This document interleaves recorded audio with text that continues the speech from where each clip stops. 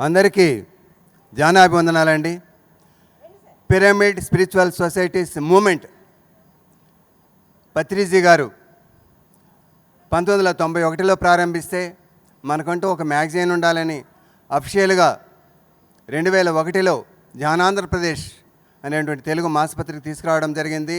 కాలక్రమంలో మరి రాష్ట్రం రెండుగా విడిపోయిన తర్వాత ఆనాటి ధ్యానాంధ్రప్రదేశే మరి ఇప్పుడు ధ్యాన జగత్తుగా తెలుగువారికి ఆత్మజ్ఞానాన్ని, సంపూర్ణ ఆత్మజ్ఞానాన్ని అందించేటువంటి మరి పత్రికగా పిఎస్ఎస్ఎం ఆత్మవిజ్ఞాన మాసపత్రికగా ప్రతి చందాదారులకు పంపిస్తున్నాం. ప్రతి తెలుగింటికి ఈ మ్యాగజైన్ చేరాలి అన్నది పత్రిజీ ఆశయం, పత్రిజీ కళ. అందుకే విదేశాల్లో ఉన్నటువంటి వాళ్ళకి మనం 2019లో www.dhyanjagat.com ద్వారాగా మరి మనం డిజిటల్ కాపీని ఇంట్రొడ్యూస్ చేయడం జరిగింది. విదేశాల్లో ఉండేవాళ్ళు ఆ యొక్క వెబ్సైట్లోకి వెళ్తే ఈమెయిల్ ద్వారా లాగిన్ అయినట్టయితే మరి 2020 నుంచి కూడా మ్యాగజైన్లు ఎన్నిసార్లు అయినా సెల్ ఫోన్, ల్యాప్టాప్, డెస్క్టాప్ మరియు టీవీలలో కూడా చదువుకునేటువంటి అవకాశాన్ని కల్పించడం జరిగింది. పత్రిజీ ఒక కరపత్రంతో ప్రారంభించినటువంటి ఈ మూమెంట్ తర్వాత మరి మనకు మ్యాగజైన్ ద్వారాగా ఎన్నెన్నో శీర్షికలు, పత్రిజీ మెయిన్ మెసేజ్, అదేవిధంగా వంటలకు సాత్విక వంటల గురించి మరి ఎంతో పద వినోదం ఇలాంటివి ఎన్నెన్నో కార్యక్రమాలని, ఎంతోమంది ఆధ్యాత్మిక గురువుల సందేశాలని, అనేక కార్యక్రమాల యొక్క విశ్లేషణను కూడా అందులో అందిస్తున్నాం. ప్రతి తెలుగింటికి ఈ మ్యాగజైన్ చేరాలి అన్నది మరి పత్రిజీ ఆశయం ప్రకారం చాలామంది చందాదారులు అయ్యారు. ఇంకా అవ్వాలి. మరి ఇప్పుడు మ్యాగజైన్ పోస్ట్ ఇంట్రొడ్యూస్ చేశారు. మ్యాగజైన్ పోస్ట్ ద్వారాగా ఇక మీదట ఇక్కడి నుంచి ఆర్టికల్ అంటే మ్యాగజైన్ డిస్పాచ్ అయిన వెంటనే ఆర్టికల్ డిస్పాచ్డ్ అని మీకు మెసేజ్ వస్తుంది. మీ సెల్కి మీకు ఒక బార్కోడ్ నెంబర్ వస్తుంది.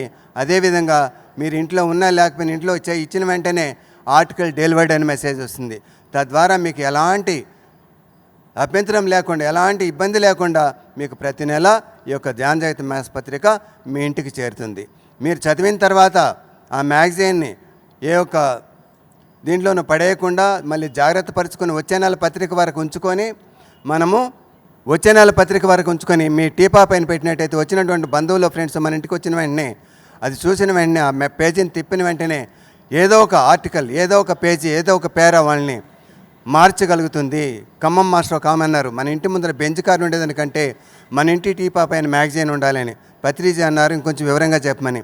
ఆ పత్రిక చదివిన తర్వాత నేను భద్రపరుచుకొని లైబ్రరీలో పెట్టుకొని ఎప్పుడు చదివినా నాకు కొత్తదనంగా ఉంటుందన్నారు. అందుకే మేము ఆ పత్రికలంతా భద్రపరిచి ఆ యొక్క పిరమిడ్కి ఎదురుగా, శివ స్టాచ్యూకి ఎదురుగా ధ్యాన జగత్ స్టాల్ ఉంది.